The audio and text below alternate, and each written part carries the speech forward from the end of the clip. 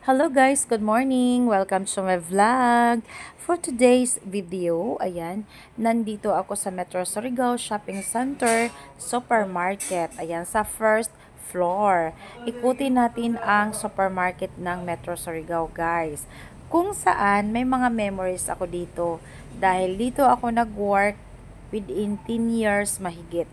Ayan, 10 years mahigit guys, sa imagine niyo. So ayan, kasamahan ko yan. Isa rin siyang employee na regular. Wow! Nandito siya sa grocery dahil siya ang supervisor.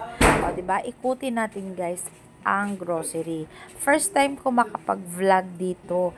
Kasi minsan naisip ko rin na nakakahiya maraming tao at nauubos din yung time ko sa kakamaritis ng mga kasamahan ko dito. Kaya hindi ko naiisip din mag-vlog. So na-vlog ko na yung ibang mga supermarket na dito sa Surigao. Ito ang hindi. Kaya ito, partial lang to na vlog dito guys. Ayan, busy ang mga tao sa pagdi-display, sa pagre-refill, at syempre nag-a-assist ng customer. So, yun ang pinaka-importante para may sales at pangsahod sa mga empleyado. O, ayan, si merchandiser ng NOR ang in-charge sa grocery sa lahat ng mga gondola at merchandiser, si Sandy. So, regular employee din yan, guys. Nauna pa yan sa akin, no? Imaginin mo, kung 10 years na ako, mahigit ilang years na sila. Hulaan nyo, ayan, ang Unilever merchandiser, matagal na rin yan guys. Talagang matagalan dito sa Metro Surigao Shopping Center. Kaya naman kasi nagtatagal din yung mga trabahante kasi malapit lang talaga sa syudad. Hindi ka na mamasahe ng malaki. Pwede mo lang to i-walk-in, pwede ka lang mag-tricycle, mag-single ng motor, hindi ka malilate kasi nandito na sa sentro. Ito din, kasamahan ko din to, si Tessie. So, dati doon siya naka-assign sa bodega, sa warehouse na malaki. Ngayon, inilipat na dito sila. Kasi para accessible sa pag-refill ng mga repack, sugar, flour, margarine, yes, at kung ano-ano pa, bigas. So, kaya nilipat sila dito para madaling refill yung kanilang mga nire-repack, guys. Kasi best-selling naman yung kanilang nire-repack. Ito pala yung dati kong office. Dati ha, hindi ngayon. Dito ako nag-o-office sa HR office. Ito yung dati. So, diba nakakamiss din? So, accessible din to sa customer if may mga complaints, or may mga missing na mga important belongings, may mga nagsa-shoplift, dito dinadala sa HR. Accessible talaga, hindi na iniikot-ikot kung saan. So, madali lang siya. So, iniingatan yung customer para wala masyadong exposure at walang magrereklamo. Kasi, di ba meron tayong mga tinatawag na discrimination.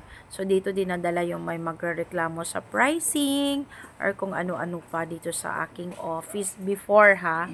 So, ngayon, iba na lang nagmamay-ari dyan, yung supervisor na. So, kung bumili ka ng mga uniform, doon talaga pupunta sa office nila at Edis.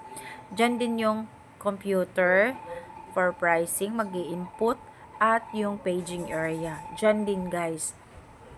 Nakakamiss nga kung minsan daw kasi naririnig nila yung advertising ko.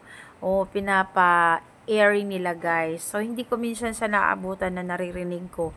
Sila lang nagsasabi na nakakamiss daw din yung aking boses na pinapaano yung aking advertising. So, ayan, nagchichika-chika kami saglit ni Tessie. So, matagal na siya guys dito. Halos yung mga anak niya tapos na. Ito din si Sandy, tapos na rin yung eldest niya. O, di ba may tapos na din ako isa.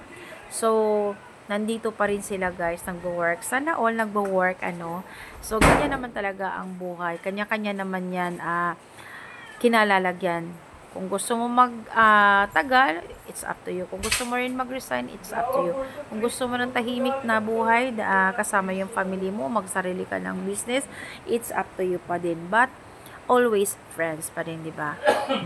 Magkasalubong kayo, pupunta ka dito, hello, hi. O, di ba nakakamiss talaga yan? So, ako namimiss ko sobra mag-work kasi matagal na din ako nagtambay dito sa tindahan namin or dito sa aming bahay. So, minsan, lumalabas ako yan. Parang, nalalabas ko yung aking boredom, ayan. Or yung namimiss ko yung pagtatrabaho araw-araw, malilate, magkarakara, naman nagka-cramming, o yan kasi yung kalimitan kapag nagtatrabaho ka, di ba? Nagkakarakara, malate, papagalitan, naiiwan yung mga gamit at kung ano-ano, sasalubog yung mga problema na unexpected, may mga pasaway na reklamo, mga di ba ganun? So, dahil miss ko rin yung mga ganun, guys. Kaya, yun, sabi ko, ano kayo magtrabaho ako? Pero hindi na pwede, guys, kasi may edad na tayo. Wala nang tatanggap sa atin. Kumbaga, magsasariling ano na lang tayo, business. Baka swertihin tayo, 'di ba? Pero at least, nakakamiss pa rin yung mga nasusurrounds mong mga kakilala. Mga ngiti na hindi mo talaga mabili, guys. Yes. Pag namasyal ako dito, pag naggrocery ako dito, ayun kaagad yung nafe-feel ko. Masaya ako dito, nagmamarites kami, nagchichika-chika ng life. Kasi nga, minsan na lang kami nagkikita ng mga katrabaho ko noon. O, diba? Nakakamiss talaga.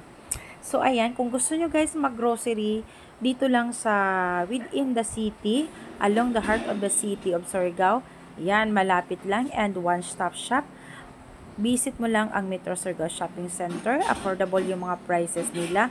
Lahat ng kakailanganin mo, nandyan na lahat. Depth store, sa taas, third floor, nandun na lahat guys. So, pasyalan mo lang yan. I-assist ka ng customer. Ayan. Pwede ka manghingi ng discount. It's up to you. Thank you for watching and don't forget to share my video. Bye-bye everyone!